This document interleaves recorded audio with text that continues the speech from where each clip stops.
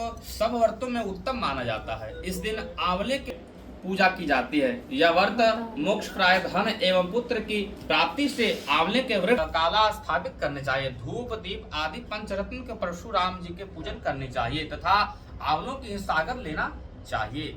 अब जो पाप मोचनी एकादशी, चैत्र कृष्ण एकादशी कहते हैं।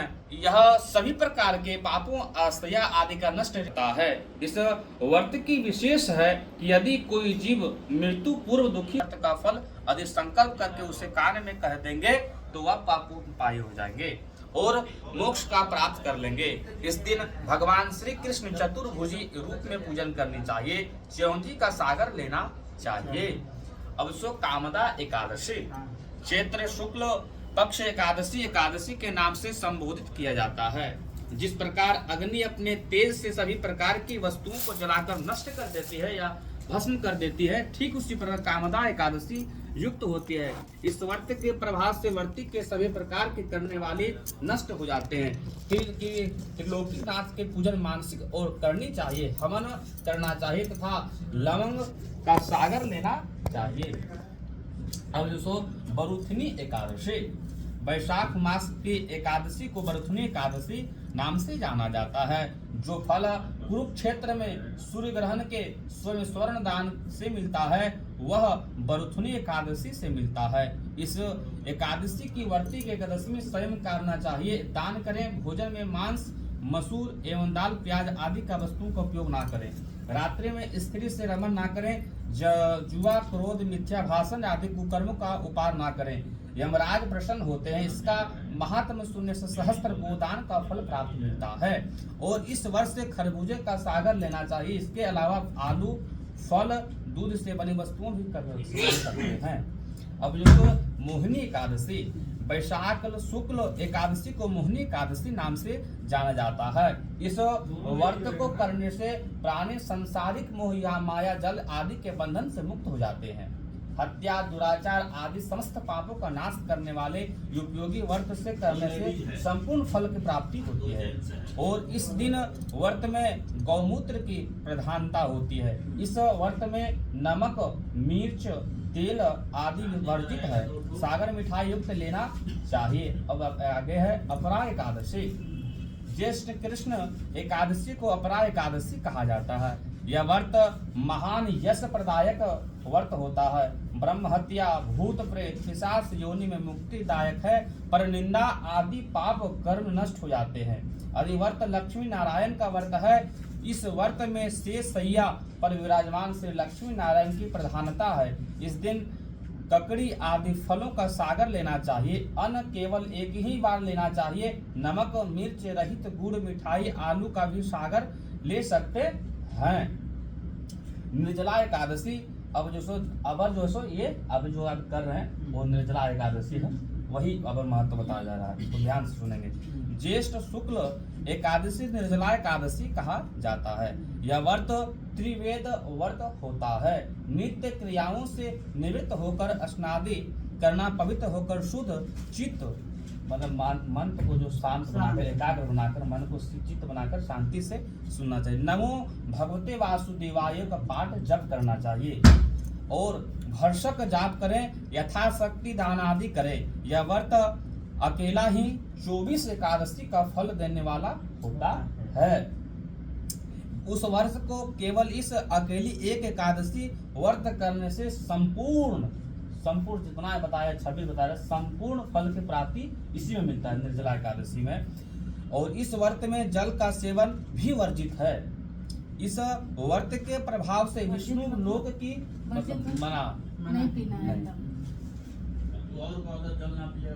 प्रभाव से विष्णु की प्राप्ति होती है। इस दिन कैरी की सागर लेना चाहिए। इसके लेने से निराहार रोज का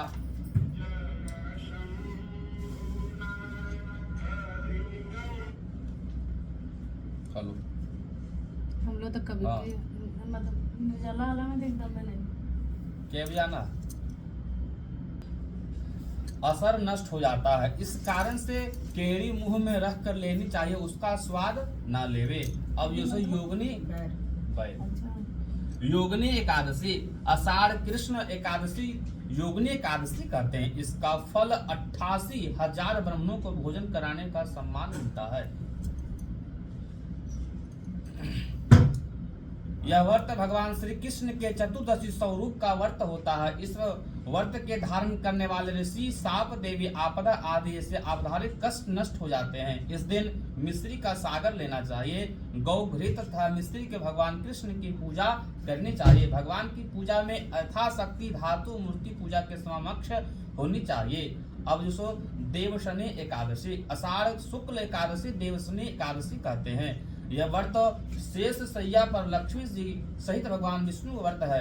इस व्रत करने से भगवान लक्ष्मी प्रसन्न होकर अविजीत वरदान देते हैं। इस व्रत को करने वाला सांसारिक बंधनों से मुक्त परम पद को प्राप्त कर लेता है। इस व्रत से शेष सैया पर लक्ष्मी जी सहित भगवान श्री विष्णु की प्रतिमा दर्शन व पूजन करना चाहिए। बाद में चतुर्मास में 7 सहित नियमों के यथाशक्ति पालन करना चाहिए। इस व्रत करने वाला व्यक्ति कष्ट नहीं पाता है। इस दिन दान का सागर लेना चाहिए। अब कामिका एकादशी, श्रावण कृष्ण एकादशी मास को एकादशी कहते हैं। यह व्रत चतुर्दशी भगवान विष्णु का व्रत है। इस दिन व्रत को शालिग्राम पूजन भी माना जाता है तथा तुलसी जी की मंजरी लेकर भगवान पूजन किया जाता है। संसारिक बंधनों से छुटकारा पाने के लिए श्रेष्ठ व्रत का इस व्रत को करना धन एवं वैभव पुत्र आदि सुख भोगता है।